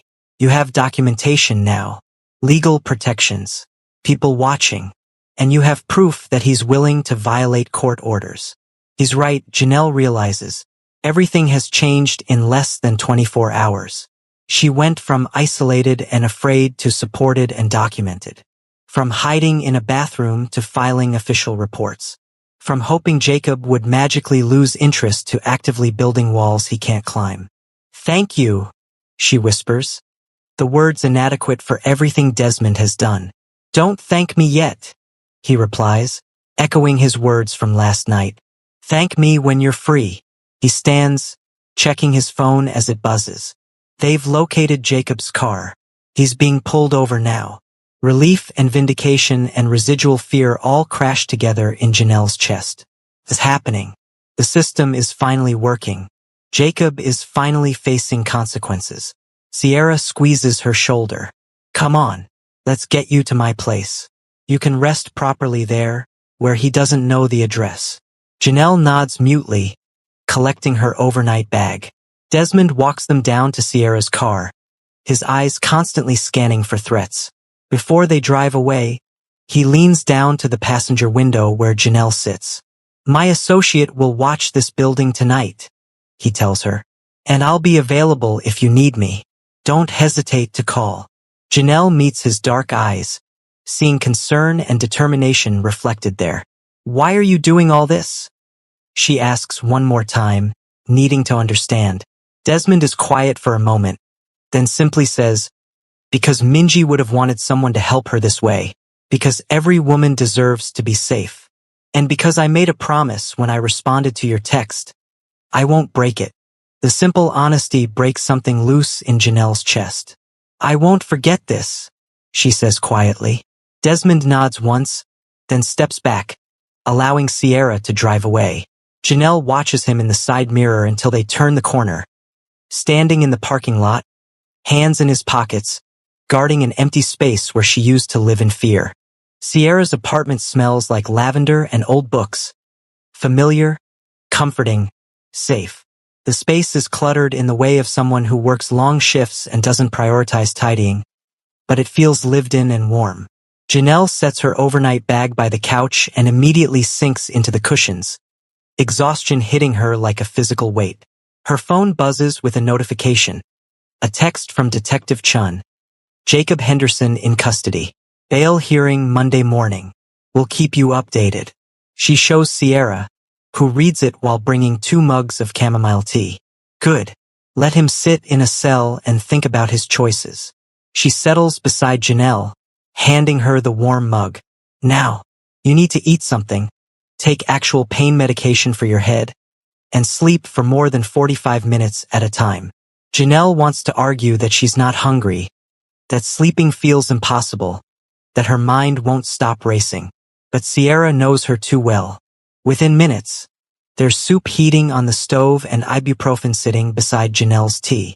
The simple acts of care, being fed, being worried about, being protected, make tears spring to Janelle's eyes. "Hey," Sierra says softly, noticing. "You're allowed to cry.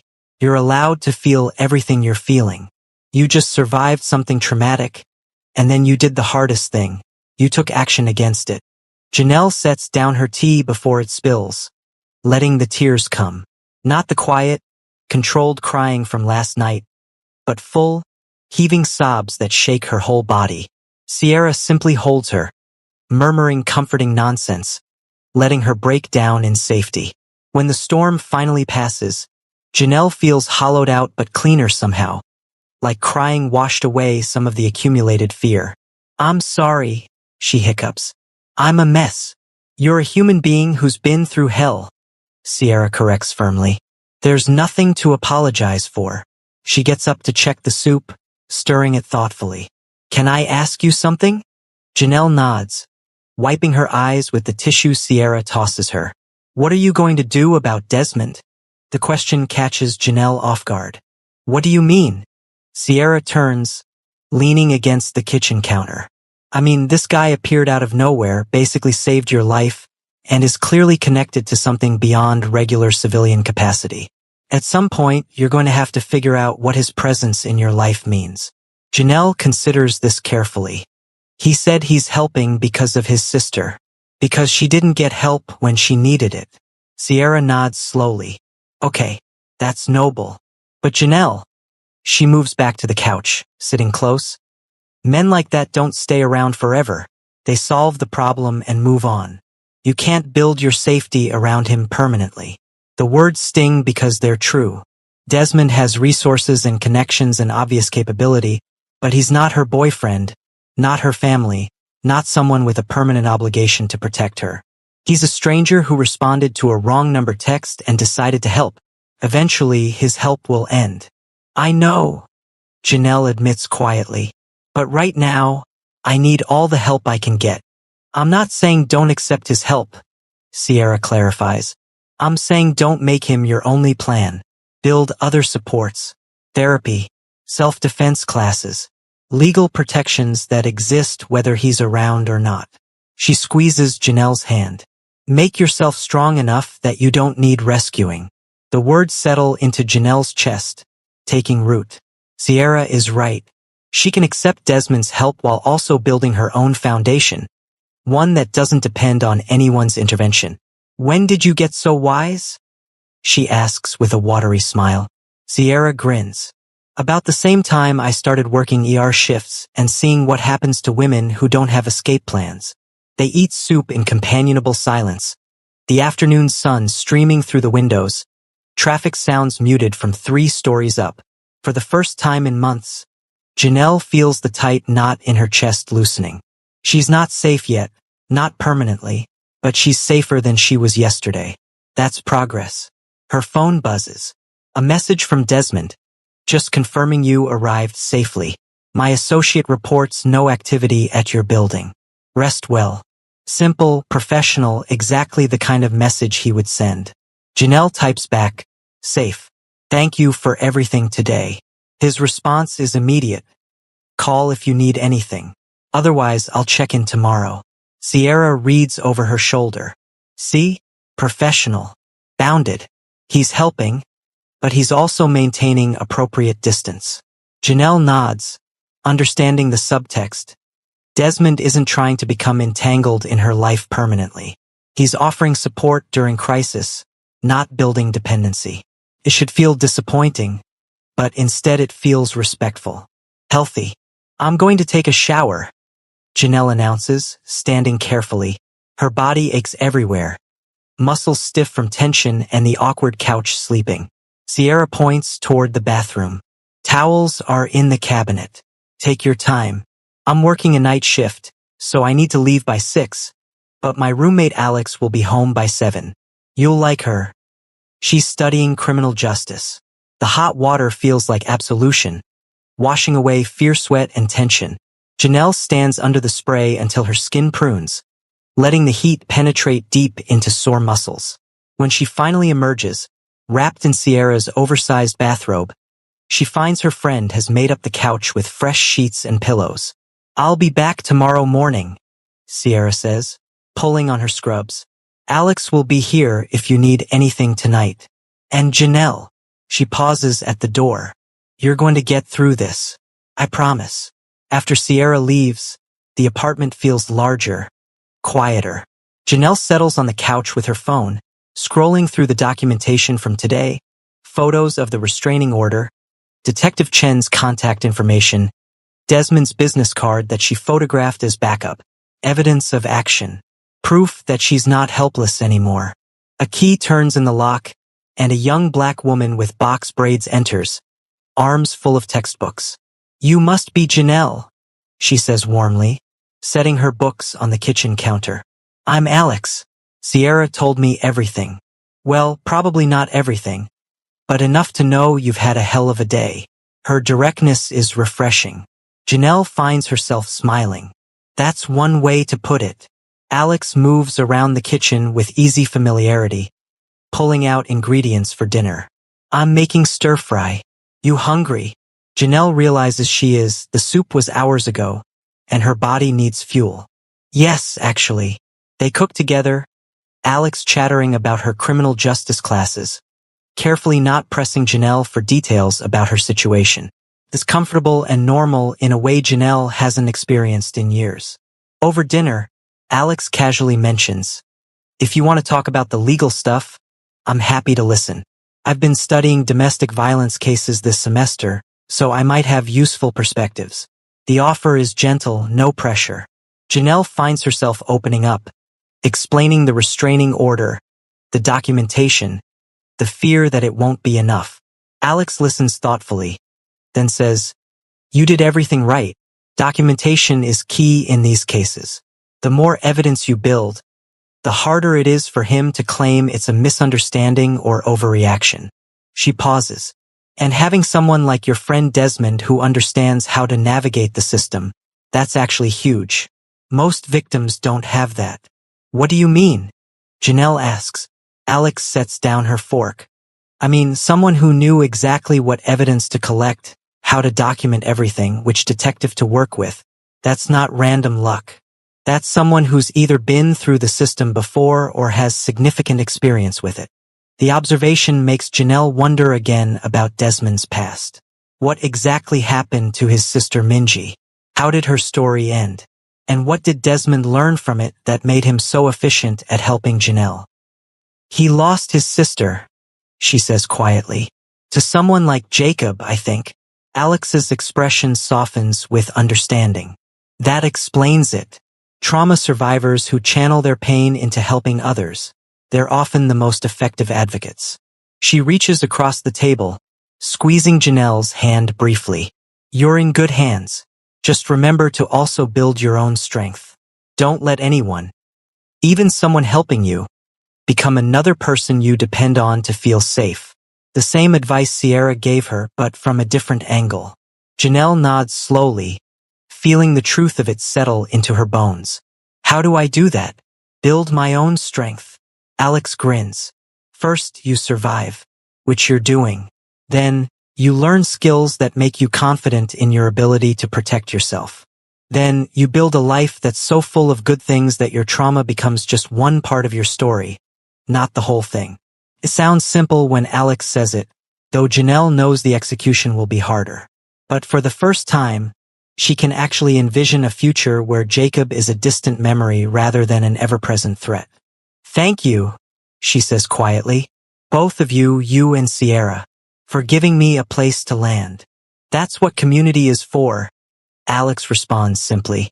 They clean up together, falling into easy rhythm.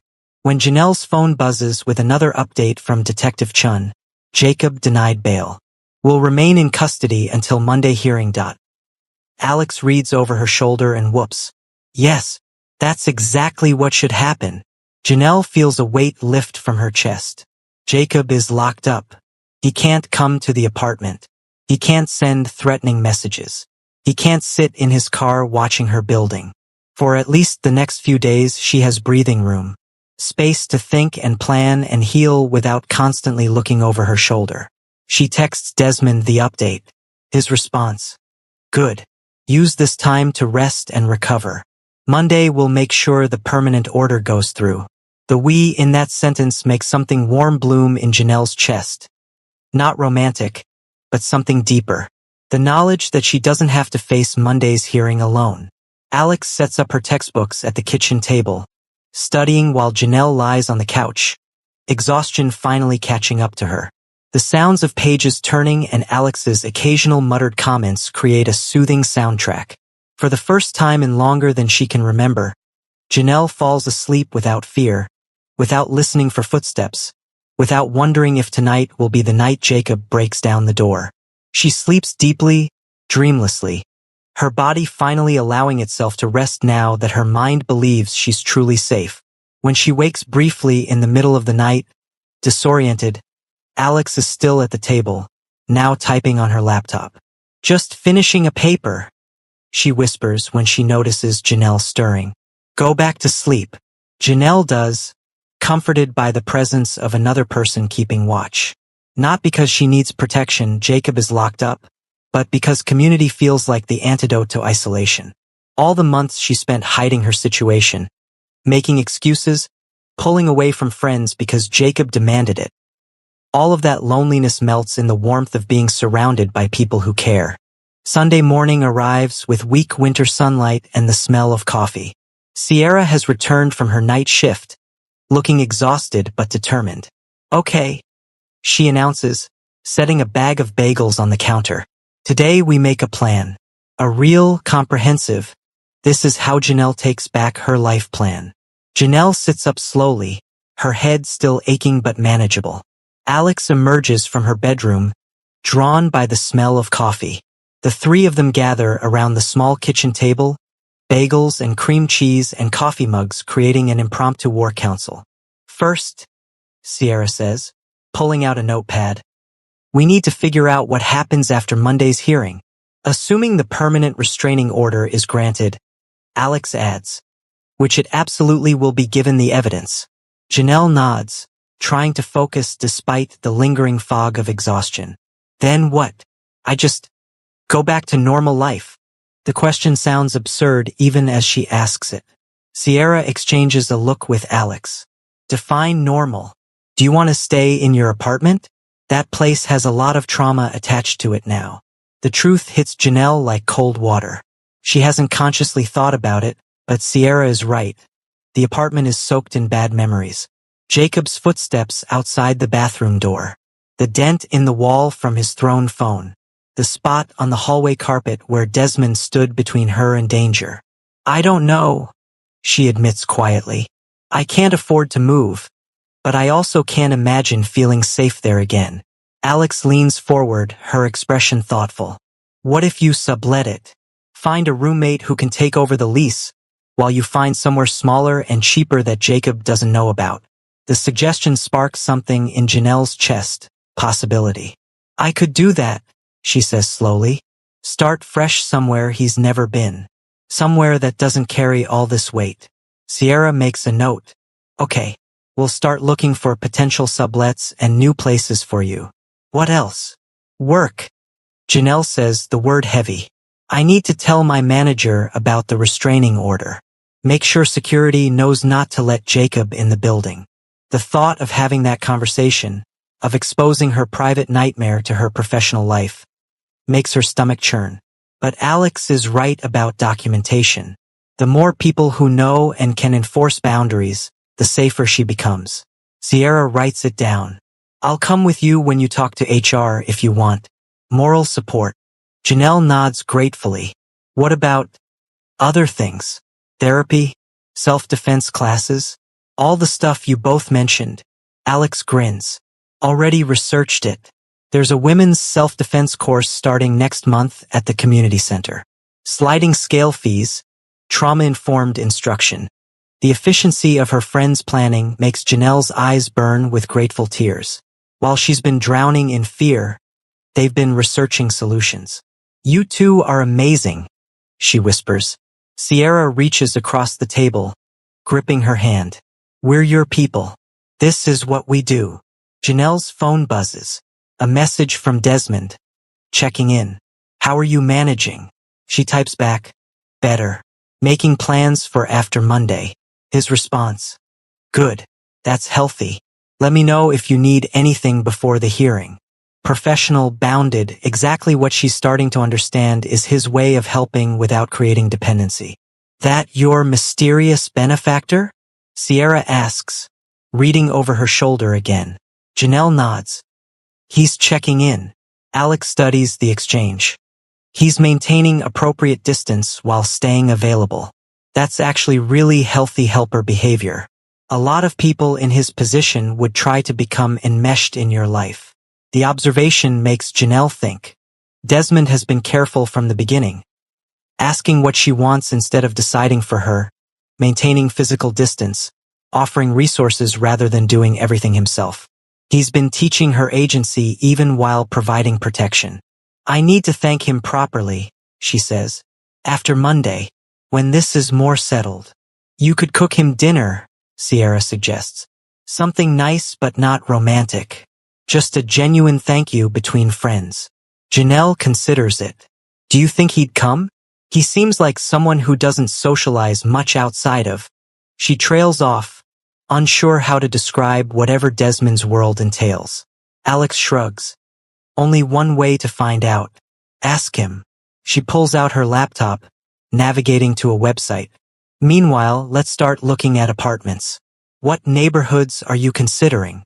They spend the next 2 hours scrolling through listings, marking possibilities, calculating costs. It's tedious but hopeful, building a future that exists beyond Jacob's shadow.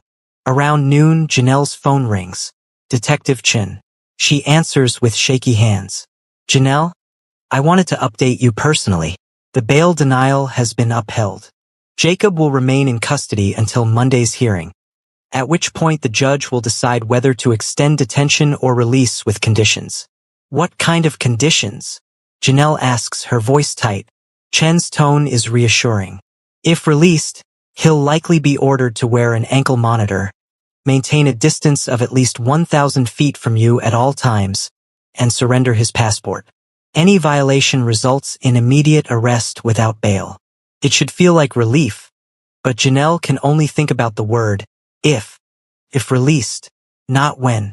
There's still a possibility that after Monday, Jacob walks out of custody with nothing but an ankle monitor between them. And if he violates the conditions? Chen's response is firm. Then he goes back to jail, and it strengthens our case for more serious charges. Janelle, I know this feels uncertain, but the system is working. He's facing real consequences now. After the call ends, Janelle relays the information to Sierra and Alex. They process it quietly, the earlier optimism dimming slightly. An ankle monitor isn't perfect, Alex admits, but it's better than nothing, and it means authorities will know immediately if he gets within 1,000 feet of you. That's not that far, Janelle says quietly. That's just a few blocks. Sierra squeezes her shoulder. Which is why you're moving to a new place he doesn't know about. Which is why you're building skills and supports and legal protections. You're stacking advantages, Janelle. Each one makes you safer. The afternoon passes in a blur of planning and research. Janelle calls her workplace, scheduling a meeting with HR for Tuesday morning. She screenshots more of Jacob's old threatening messages, building her documentation. She reads articles Alex sends about restraining order enforcement and victim rights. She's not just surviving anymore. She's actively constructing a life that Jacob can't penetrate. Around dinner time, Desmond texts again. I'd like to meet tomorrow before the hearing. Review what to expect, make sure you feel prepared. Are you available? Janelle shows her friends. Should I? Sierra nods decisively. Yes. Going into that hearing informed and confident will make a huge difference. Janelle replies, yes. When and where? Desmond, 10 a.m. There's a cafe 2 blocks from the courthouse. I'll send the address. A pin drops in their message thread, marking a small independent coffee shop.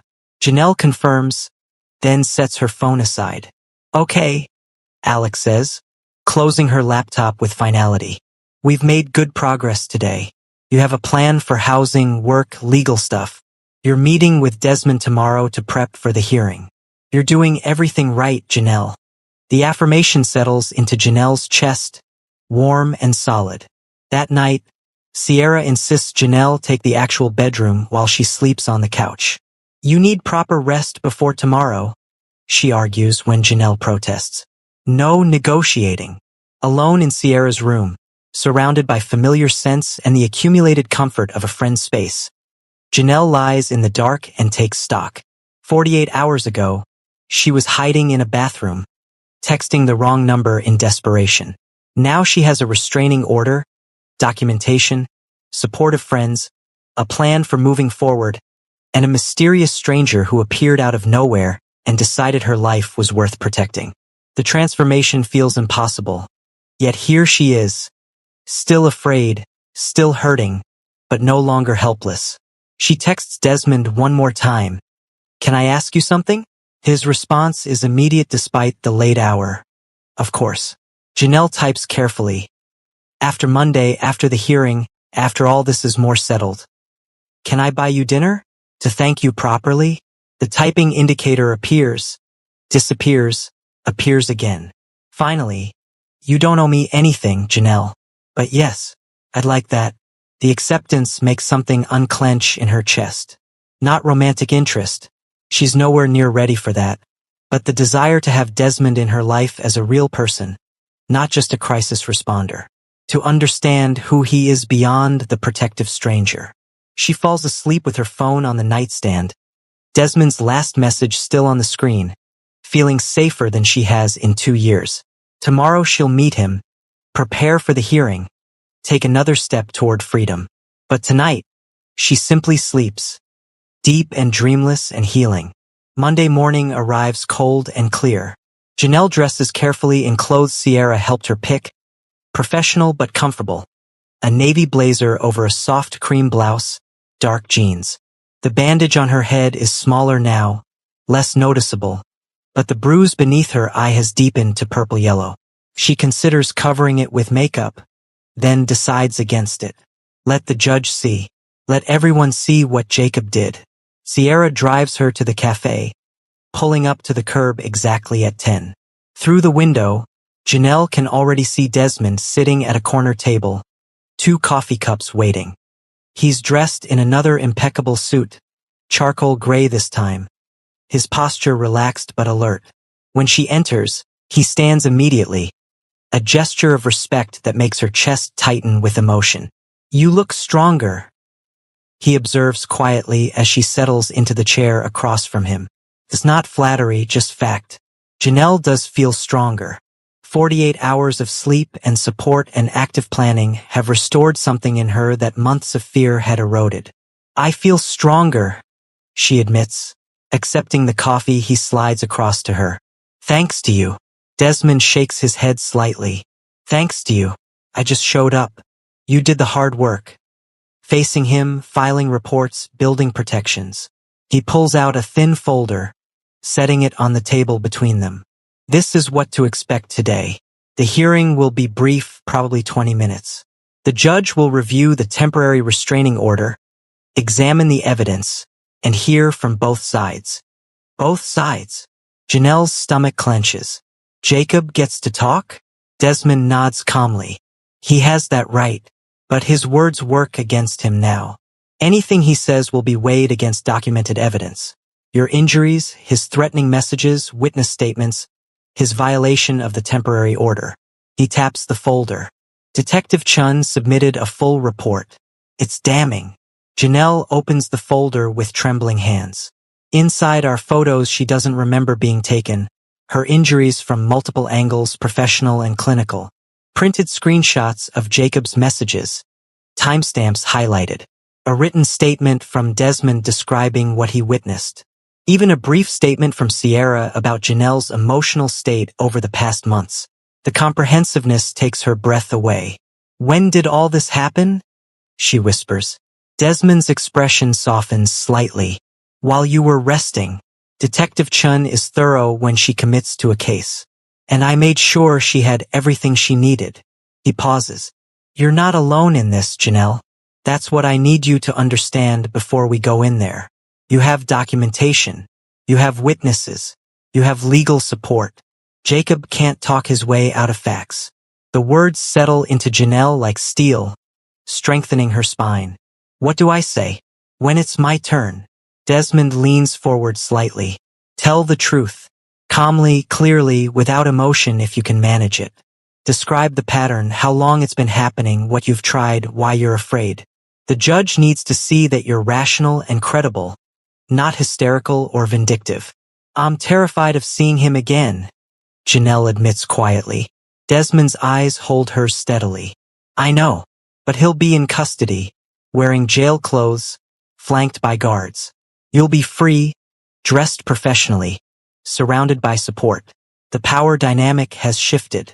Let him see that. They spend the next 30 minutes reviewing possible questions, practicing responses, discussing what happens after the hearing regardless of outcome. Desmond is patient and thorough, never rushing her, always checking to ensure she understands. By the time they finish, Janelle feels prepared. Not confident, she's still terrified, but prepared. At 11:30, they walk together to the courthouse, Sierra meeting them at the entrance. Detective Chun is already inside, conferring with a woman in a sharp suit who Desmond identifies as the prosecutor assigned to the case. Everything feels official and real in a way that makes Janelle's hands shake. Desmond notices immediately. Breathe, he reminds her gently. You're doing this because you deserve safety. Remember that. The courtroom is smaller than she expected, wood-paneled and formal, with fluorescent lights that hum faintly. Janelle sits in the front row between Sierra and Desmond, her hands clasped tightly in her lap. When the bailiff calls the case, her heart hammers so hard she's sure everyone can hear it. Jacob is brought in through a side door, wearing orange jail scrubs, his hands cuffed in front of him. He looks smaller somehow, diminished by custody, by consequences, by the loss of control. When his eyes find Janelle, she sees fury and desperation warring in his expression. But for the first time in 2 years, she doesn't look away. She holds his gaze steadily until he drops his eyes first. The judge, an older woman with sharp eyes and silver hair pulled into a bun, reviews the file in silence. The seconds stretch impossibly long. Finally, she looks up. Ms. Porter, you're requesting a permanent restraining order against Mr. Henderson based on domestic violence, stalking, and harassment. Is that correct? Janelle stands on shaking legs. Yes, Your Honor. Her voice comes out stronger than she expected. The judge nods once. Mr. Henderson, you have the right to contest this order. Do you wish to present a defense? Jacob's public defender, a tired-looking man in an ill-fitting suit, stands. Your Honor, my client maintains that this is a misunderstanding between romantic partners. There was an argument, emotions ran high, but nothing that warrants permanent legal intervention. The judge's expression doesn't change. I've reviewed the evidence submitted by the police department. Photographs documenting injuries, medical records from Ms. Porter's treatment, text messages containing explicit threats, and a verified report that Mr. Henderson violated the temporary restraining order less than 48 hours after it was issued. She looks directly at Jacob. That doesn't sound like a misunderstanding to me. Jacob's lawyer shifts uncomfortably. Your Honor, my client denies any violence. The judge cuts him off with a raised hand. The photographic evidence contradicts that denial. Ms. Porter, would you like to make a statement? Janelle stands again, her legs more steady now. She thinks of Desmond's words, calm, clear, factual. Your Honor, Jacob Henderson has been harassing me for 6 months since I ended our relationship. He's shown up at my apartment uninvited. He's sent threatening messages when I blocked his number. He's waited in his car outside my building to intimidate me. When I tried to file a police report 6 months ago, it was buried because his cousin is a sergeant. She pauses, letting that sink in. I spent 2 years afraid in my own home. I don't want to be afraid anymore. The judge's expression softens fractionally. Thank you, Ms. Porter. She turns to the prosecutor. I see you're also recommending charges beyond the restraining order violation? The prosecutor stands. Yes, Your Honor. Assault, stalking, and harassment. The evidence supports all 3 charges. The courtroom goes silent. Janelle's heart pounds.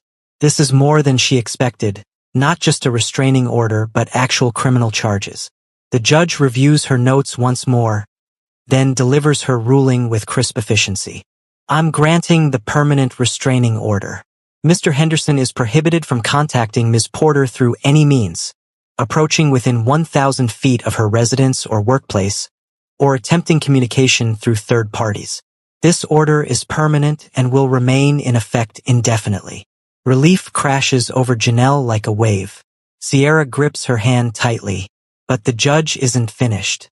Additionally, I'm ordering Mr. Henderson to remain in custody pending trial on the assault and stalking charges. Given his violation of the temporary order and the documented pattern of escalation, I consider him a flight risk and a danger to Ms. Porter's safety. Bail is denied. Jacob erupts. You can't just... The guards move immediately, restraining him. His lawyer tries to interject, but the judge silences him with a look. Mr. Henderson, any further outbursts will be considered contempt of court. Do you understand? Jacob's mouth closes, but his eyes burn with impotent rage as he glares at Janelle. She stares back, and something shifts inside her. He can't hurt her anymore. He's in custody. He faces criminal charges. He violated a court order and now he's paying for it. All the power he held over her, all the fear he cultivated, all the control he demanded, has evaporated in the face of documentation and consequences. The judge bangs her gavel. Court is adjourned. As Jacob is led away, still struggling against his restraints, Janelle remains seated, processing what just happened. She won. The system worked. She's free. Outside the courtroom, Detective Chun approaches with a slight smile. Good work in there. You were composed and credible. She hands Janelle a business card. The trial will be scheduled in the next few weeks. I'll be in touch with updates. In the meantime, keep documenting anything unusual. But honestly, I think he's done. Sierra wraps Janelle in a fierce hug. You did it. I'm so proud of you. Alex appears from the back of the courtroom. Janelle hadn't even known she was there, and joins the hug. That was amazing. You stood up there and claimed your right to be safe. Desmond hangs back slightly, giving them space. But when Janelle looks at him over Sierra's shoulder, she sees genuine satisfaction in his expression. When her friends finally release her, she crosses to him. Thank you. she says simply. For everything. For coming when I called. For helping me build this case. For teaching me I could do this. Desmond inclines his head. You always could. You just needed someone to stand with you until you remembered. He glances at his phone. I have to go, business I've delayed too long already. But I meant what I said about dinner. When you're ready, let me know. He turns to leave, then pauses. Janelle, you're going to be okay. Better than okay. You're going to be free. Watching him walk away, tall and composed and already mentally shifting to whatever comes next. Janelle feels the truth of his words.